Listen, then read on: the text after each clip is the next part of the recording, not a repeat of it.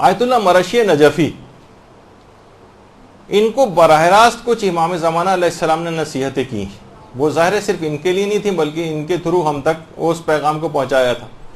آیت اللہ مرشی نجفی، آیت اللہ مرشی نجفی فرماتے کہ جب میں جوان تھا تو اس زمانے میں میرا ارادہ ہوا تھا کہ میں زیارت کے لیے حرم عسکرین امام علی نقی علیہ الصلوۃ والسلام اللہم صلی علی محمد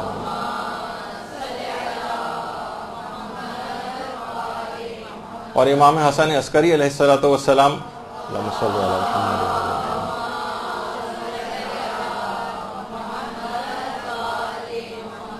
اب بھی جنہوں نے سفر کیا انہیں پتہ ہے کہ بہرحال پہلے تو حالات اور اس سے بھی زیادہ خراب تھے، اب بھی لوگ جب وہ سفر کے لیے وہاں جا رہے ہوتے ہیں سامرہ والا دیکھتے ہیں کیسا بیابان اور ویران جگہ اس میں آتی ہیں، تو ان کے اس زمانے کے اندر تو حالات اور کیسے خراب ہوں گے۔ اب تو ماشاءاللہ یہ جو حرم عسکرین ہے اب تو نئی زری بھی وہاں پر جو ہے وہ لگی ہے، اور اندر جو تو ایک درود بھیجیے محمد علیہ محمد صلی اللہ علیہ وسلم۔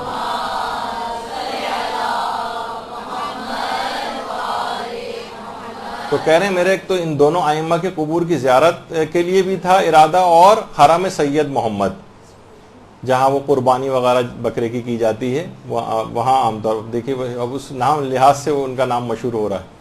تو بہرحال کہہ رہے ہیں اس طرف جاتے ہوئے میں راستہ بھول گیا، راستہ گم ہو گیا، اور اتنا وقت گزر گیا کہ میری حالت خراب ہو گئی، شدید ترین گرمی تھی، مجھے غش آنے لگے، یہاں تک کہ راستہ نہیں ملا، اور یہاں تک کہ میں بالکل جاں بلب ہو گیا اور مجھے اپنے بچنے کی بھی امید نہیں رہی۔ آیت اللہ مرشی نجفی فرماتے زندگی سے مایوس ہو گیا۔ اب واقعہ تفصیلی ہے، میں اس کو مختصر کرتے ہوئے کہہ رہا ہوں کہ پھر اس کے بعد اچانک سے امام زمانہ علیہ الصلوۃ والسلام سے توسل کے بعد اللہم صلی علی محمد امام زمانہ سے ملاقات ہوئی، امام نے ان کو راہ بھی بتائی اور کچھ خاص تاکیدات کی۔ وہ تاکیدات جو کتاب ہے قبسات، جو سید عادل علوی جو خود ان کے شاگردوں میں سے رہے ہیں، انہوں نے باقاعدہ اس کے اندر اس کو جمع کیا ہے، قبسات میں وہ سب چیزیں جمع کی ہیں، اور اس کا اردو ترجمہ بھی خورشید فقاہت کے نام سے ہو چکا ہے۔ یہ اگرچہ کتاب بہت زیادہ اویلیبل مارکیٹ میں نظر نہیں آتی، پرانی کسی کے پاس رکھی ہو تو کسی کو کوئی انٹرسٹ بھی نہیں ہے، تو اس لحاظ سے کتابیں دوبارہ چھپی بھی نہیں ہیں۔ تو بہرحال اور اس کے علاوہ منتخبات ابن العلم میں اور منتقم حقیقی وغیرہ کتابوں میں بھی ان تمام تاکیدات کا جو آقا مرشی کو کی تھیں اس میں اس کا تذکرہ۔ فرماتے ہیں کہ امام زمانہ علیہ السلام نے خاص طور پر مجھے تلاوت قرآن کرنے کی نصیحت کی، کہا کہ تلاوت قرآن کو لازمی کرو۔ اچھا کتنی دیکھیے ہماری اپنی زندگیوں میں ہم دیکھتے ہیں کہ تلاوت قرآن ختم ہوتی چلی جا رہی، بس رمضان آتا ہے تو تھوڑا بہت قرآن ہاتھ میں اٹھا لیتے ہیں، ورنہ قرآن ویسے ہی بند رکھا رہتا ہے۔ بلکہ کہیں میں لطیفہ بھی پڑھ رہا تھا کہ کوئی دادی اماں اپنے پیسے جو قرآن کے اندر چھپا کے رکھ رہی تھیں، تو کہا کہ دادی اماں یہ کہاں آپ رکھ رہی ہیں؟ کہا بیٹا مجھے یقین ہے کہ تم لوگ اس کتاب کو کبھی کم کھولو گے نہیں، اس وجہ سے محفوظ ترین جگہ یہی نظر آ رہی ہے۔ تو بہرحال یہ حالت ہو گئی ہے لوگوں کی۔ تو ایک عجیب ورنہ بہار ہے قرآن کی لوگوں کی زندگیوں میں، اس لحاظ سے قرآن رائج رہے، نوجوان بچے قرآن کو پڑھیں اور ان کو اس طرح کے مواقع میسر ہوں، ایسے پروگرامز ان لوگوں کے لیے کروائے جائیں، اجتماعی جو ہے تلاوت قرآن کے سلسلے میں جو ہے حرموں کے اندر بھی جو ہے اس طرح سے تقاریب منعقد ہوتی ہیں، لوگوں کے اندر بیدار کرنے کے کچھ ایسے اقدامات ہونے چاہیے۔ تو امام نے ایک تو تلاوت قرآن کی بہت تاکید کی۔ اس کے علاوہ امام زمانہ علیہ السلام نے نماز تلاوت قرآن کے ساتھ نماز شب کی بھی تاکید کی، اور بلکہ نماز شب اور تلاوت قرآن کے لیے امام نے فرمایا کہ اے سید، ایک جملہ کہا، اے سید ان اہل علم پر افسوس ہے کہ وہ خود کو ہم سے نسبت دیتے ہیں اور ان اعمال کو انجام نہیں دیتے۔ تو خاص طور پر جو دینی طالب علم ہیں یا جو اہل علم حضرات ہوں، وہ تو علی الخصوص کبھی بھی نماز شب کو اور تلاوت قرآن کو فراموش نہ کریں۔ امام زمانہ نے باقاعدہ شکایت کی ہے اہل علم افراد کی کہ یہ خود کو ہم سے نسبت دیتے ہیں اور ان دونوں چیزوں سے غافل ہیں، یعنی تلاوت قرآن اتنی انجام نہیں دیتے اور نماز شب نہیں پڑھتے۔ اس کے بعد ہے زیارت قبور ائمہ اور اولاد ائمہ کی تاکید کی امام نے. اب تو ماشاءاللہ اس میں لوگ جانے لگے ہیں, البتہ قبور ائمہ, لیکن ایران وغیرہ جاتے ہیں تو وہاں پہ لوگ کبھی کوئی لے جانا بھی چاہے کہ چلیں یہاں پہ بہت سے امام زادوں کی قبور بھی ہیں, وہاں چلیں, تو لوگ زیادہ انٹرسٹ نہیں لیتے. امام نے اولاد ائمہ کی قبور کی زیارت کی بھی تاکید کی کہ ان کی قبور پہ بھی جایا جائے. اس کے علاوہ پھر امام نے احترام ذریت سادات کی تاکید کی. اب میں اس کی تفصیل میں نہیں جا رہا, نہ ان کے الفاظ نقل کر رہا ہوں, صرف ہیڈنگز آپ کو بتا رہا ہوں کہ بس کافی کہ امام نے تاکید کی ہے تو ہمیں اس کو. اچھا, اس میں بھی اب آج کل لوگ اس طور پر لے کے آنے لگے ہیں کہ ان کی لحاظ سے سادات کی فضیلت کا انکار, کہ بس یہ سادات دیکھیے, ٹھیک ہے یہ یقینی بات ہے کہ سادات کو بھی اپنی نسبت کا احترام کرنا چاہیے اور اپنے آپ کو حرام سے بچانا چاہیے, ان کی ذمہ داری زیادہ ہے, کیونکہ فضیلتوں کا حامل ہونا ذمہ داریوں کو کمی نہیں کرتا ہے. تو جتنی فضیلت آپ کی ہوگی اتنا ہی ذمہ داریوں کو ادا کرنا پڑے گا, وہ ایک اپنی الگ جگہ بات ہے, لیکن دیگر افراد کو چاہیے کہ ان کی بہرحال عزت و احترام میں کمی نہ کرے. امام نے اس کی تاکید کی ہے. اور اس کے علاوہ جو دیگر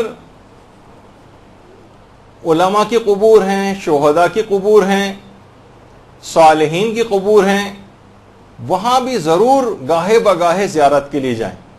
کتنے افراد ہیں, اپنے رشتہ دار ہیں, لوگ سالہ سال اپنے والدین کی قبروں پر نہیں جاتے ہیں, سالہ سال گزرتے چلے جاتے ہیں, جب وہاں قبروں سے اندازہ ہو رہا ہوتا ہے کہ یہاں سالوں سے کوئی نہیں آیا ہے. تو بہرحال اس کی تاکید امام نے کی. عورتیں بھی قبرستان جا سکتی ہیں, اپنے نجاست کی حالت میں بھی جا سکتی ہیں. لوگ اتنے زیادہ سوال پوچھتے ہیں کہ بیچ میں چلیں یہ والا فقہی مسئلہ بھی آ گیا. اس کے علاوہ امام نے خاص طور پر آیت اللہ مرشی کو اس بات کی تاکید کی کہ امیر المومنین علیہ السلام کا جو خطبہ شقیہ ہے, اللہم صلی علی محمد و علی محمد, حضرت امیر کے اس خطبے کو حفظ کرنے کی تاکید کی.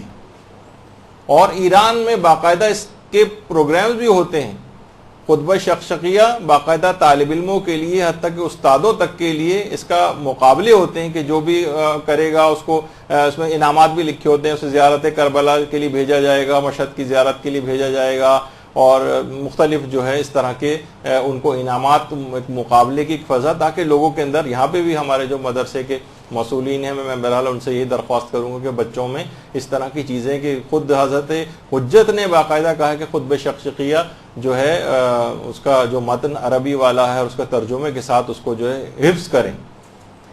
تو ایک اس کی تاکید کی. اس کے علاوہ حضرت حجت نے خطبہ حضرت زینب سلام اللہ علیہ کے حفظ کی تاکید کی ہے, جو دربار میں دیا تھا. اللہم صلی علی محمد.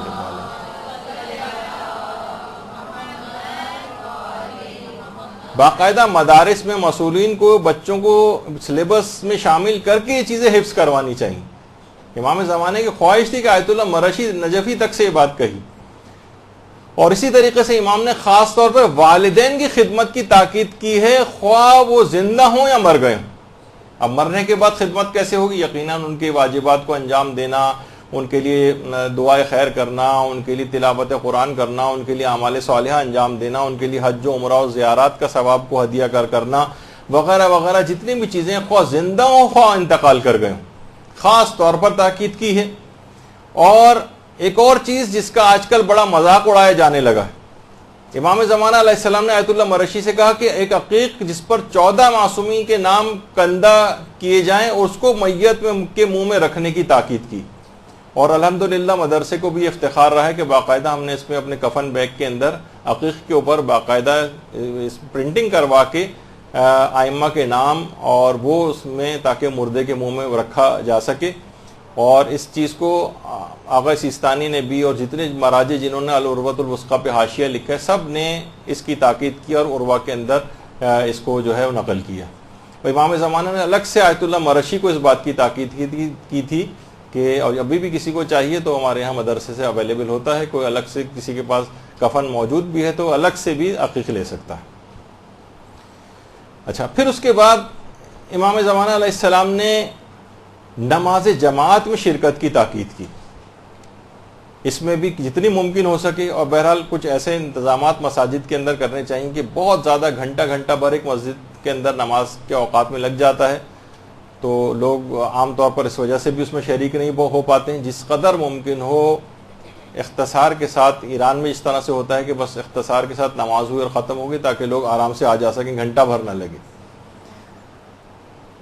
تاکید کی.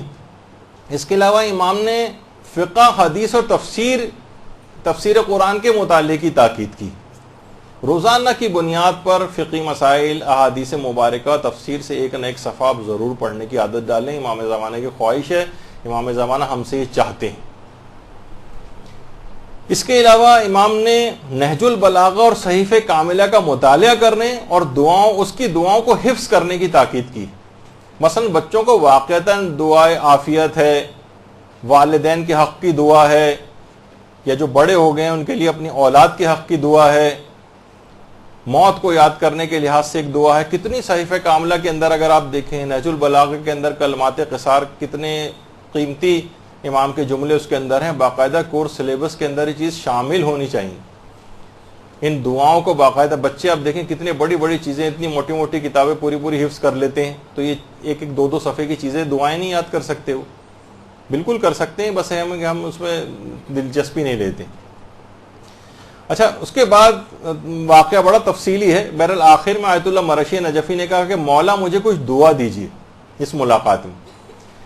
امام علیہ السلام نے پھر آیت اللہ مرشی نجفی کے لیے دعا کی اور اپنے دستے دعا کو بلند کیا اور یہ دعا دی کہ پروردگارہ تجھے اپنی پیغمبر اور ان کی آل کا واسطہ اس سید کو دین کی خدمت کی توفیق عطا فرما. دین کی خدمت کی توفیق, یہ سب سے پہلی دعا آیت اللہ مرشی نجفی کو امام زمانہ علیہ السلام نے دی, اور اسی دعا کے نتیجے میں آیت اللہ مرشی نجفی نے قم کے اندر ایشیا کی سب سے بڑی لائبریری کو قائم کر دیا.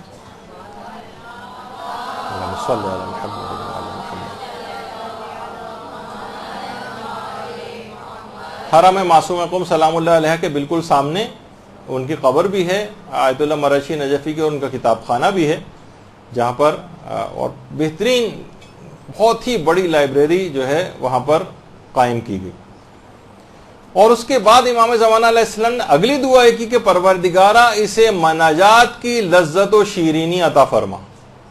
یہ بہت بڑی دعا ہے کہ جب بھی آیت اللہ مرشی نجفی اکثر و بیشتر ہاتھ میں بس ان کے رومال رہتا تھا اور اپنے آنسو پوچھتے رہتے تھے. انتہائی رقیق القلب, ہر وقت گویا آنسو آنکھوں کے اوپر رکھے رہتے تھے.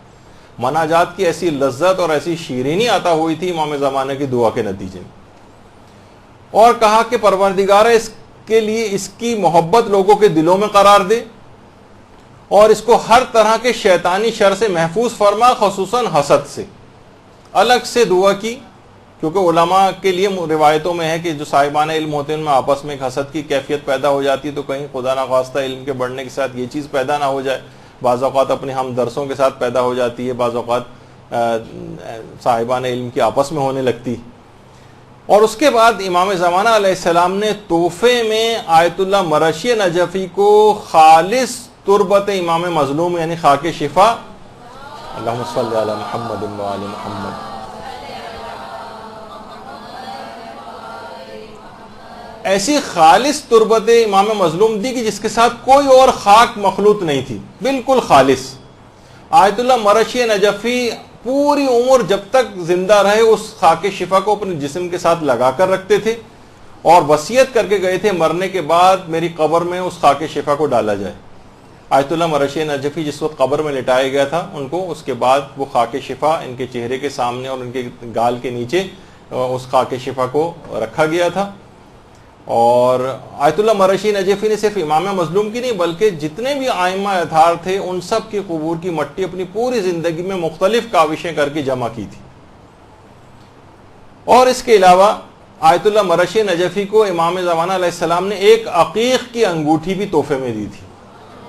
اللہم صلی علی محمد و آل محمد. آیت اللہ مرشی نجفی اس عقیق کی انگوٹھی کو بھی ہمیشہ اپنے ساتھ رکھتے تھے اور کہتے تھے میں نے اس عقیق میں بہت ہی زیادہ آثار بزرگی اور کرامات کو مشاہدہ کیا.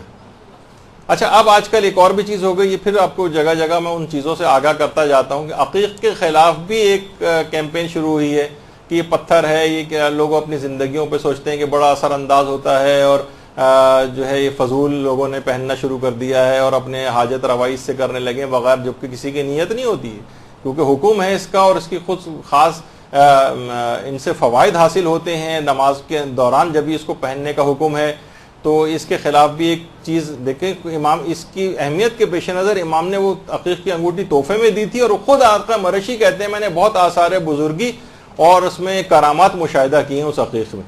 برحمتك يا أرحم الراحمين وصلى الله على محمد وآله الطاهرين۔